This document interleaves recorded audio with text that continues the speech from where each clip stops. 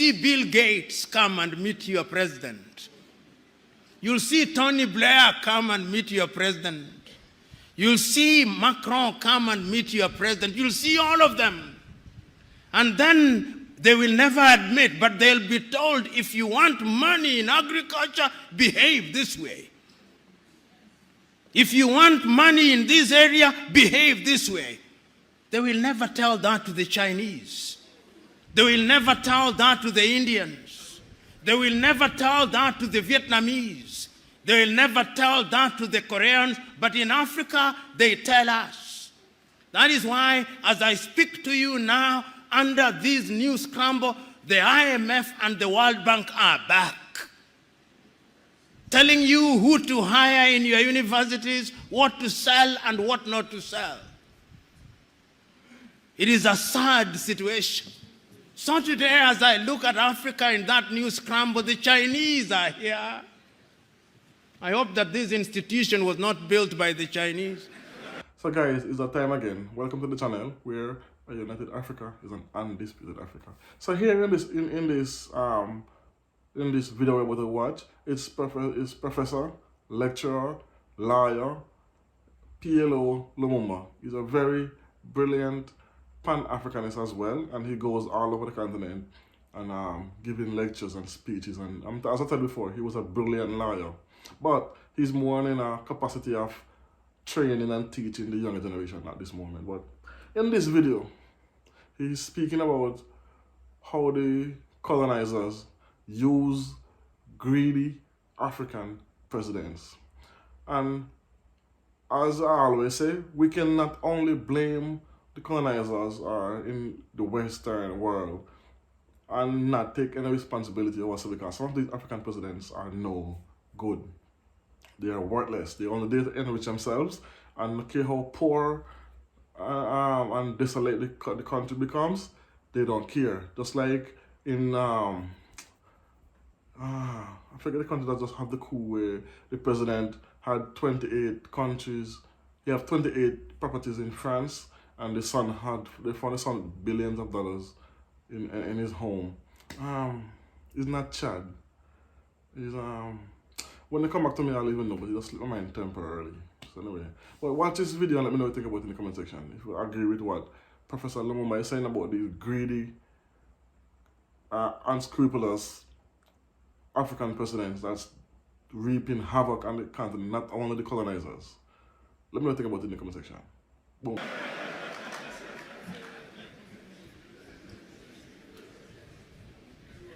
The Turks are here. The British are here. The French are here. The Qataris are here. The Americans are here.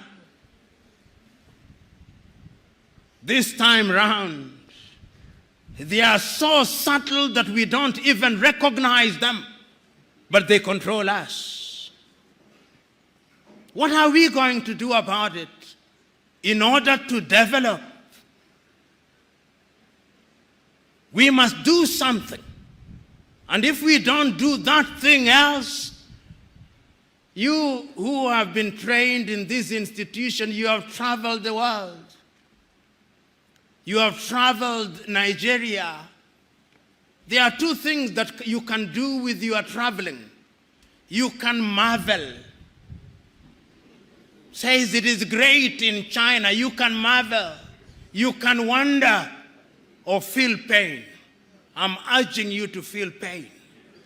To feel pain for the continent of Africa, and in your own way, when you go out there, go and do something about it, because it has also been demonstrated that it can be done.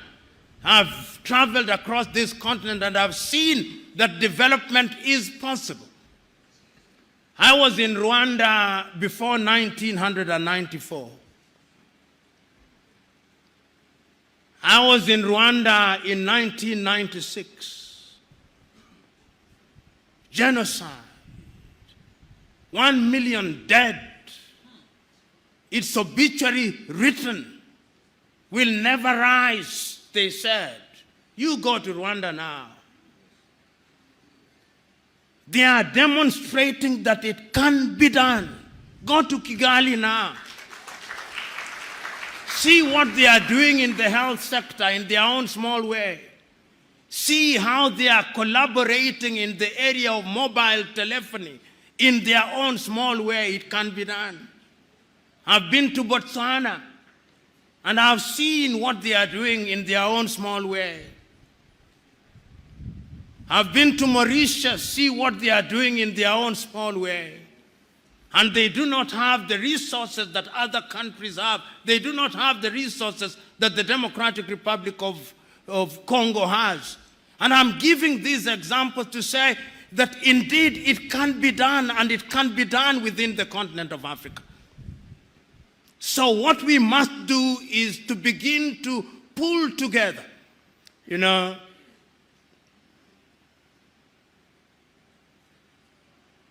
as I've been sitting and listening, I was also struggling to have internet in this room. And every effort was being made to connect me to internet. And all those efforts failed. Why? Because we are in an era of the Internet of Things. We are in an era of nanotechnology.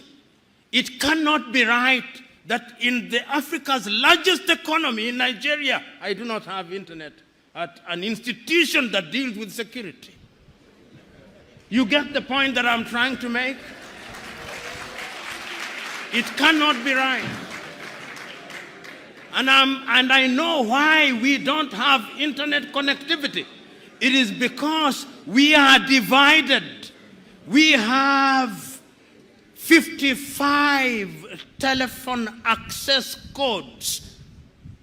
Nigeria 234, Ghana 233, Kenya 254, Tanzania 255, Uganda 256, Zambia 260, Zimbabwe 263. How can we, in this day and age, you cross into Benin, you cross into Togo, you cross into Guinea-Bissau, you have a different internet connectivity. Why can't Africa have a single satellite and a single telephone code so that when I travel from Mogadishu in Somalia to Dhaka in Senegal, like the Chinese do, like the Americans do, like the Indians do, we can have the same, because communication is critical to development.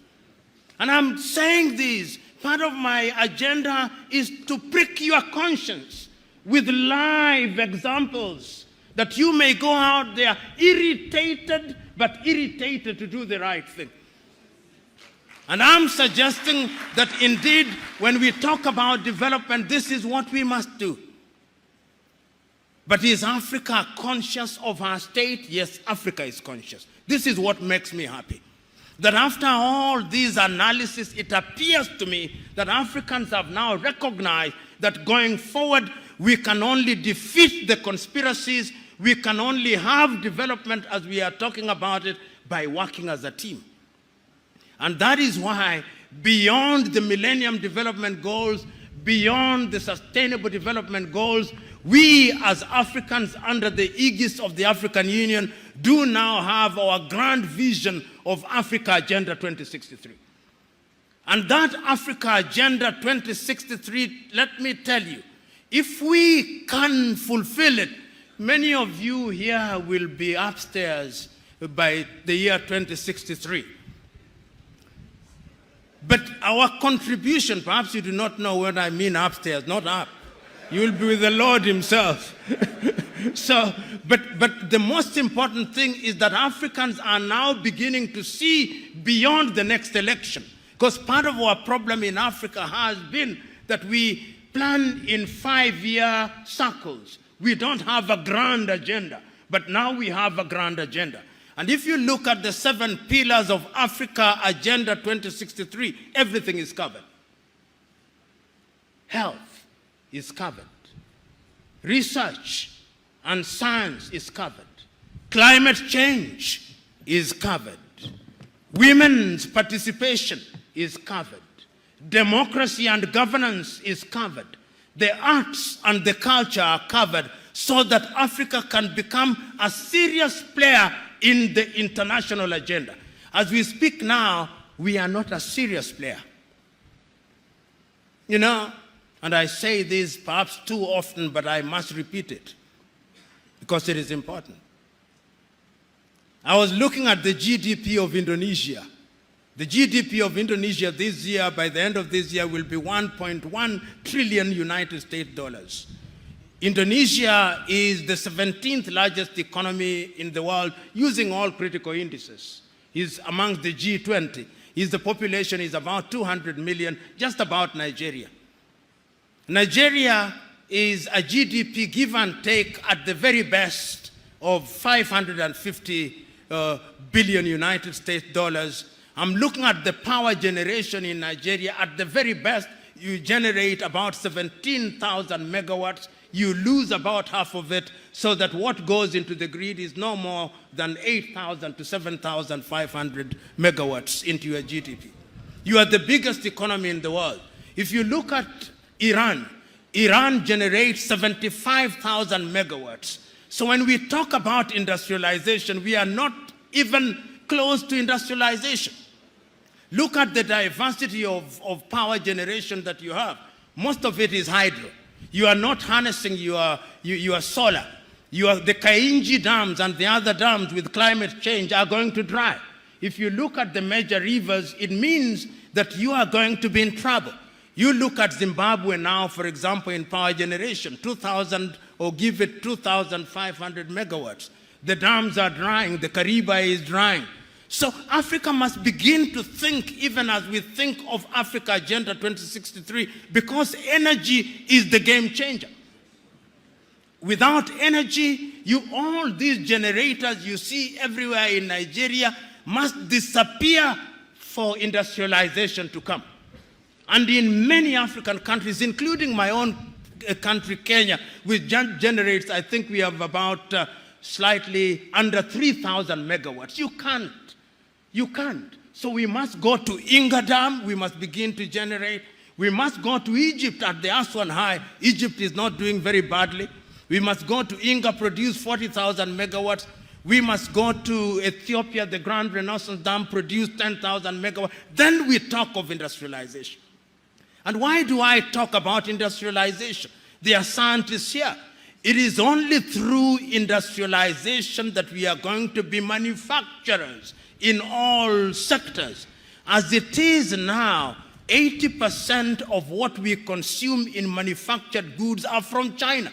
If China closes shop, we are dead. We are dead.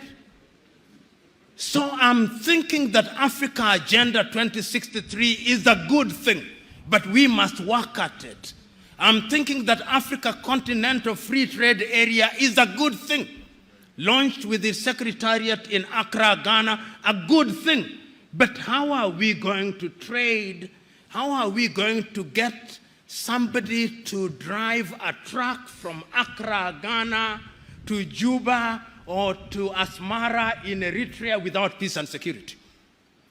So you can also see that peace and security is at the very heart of it.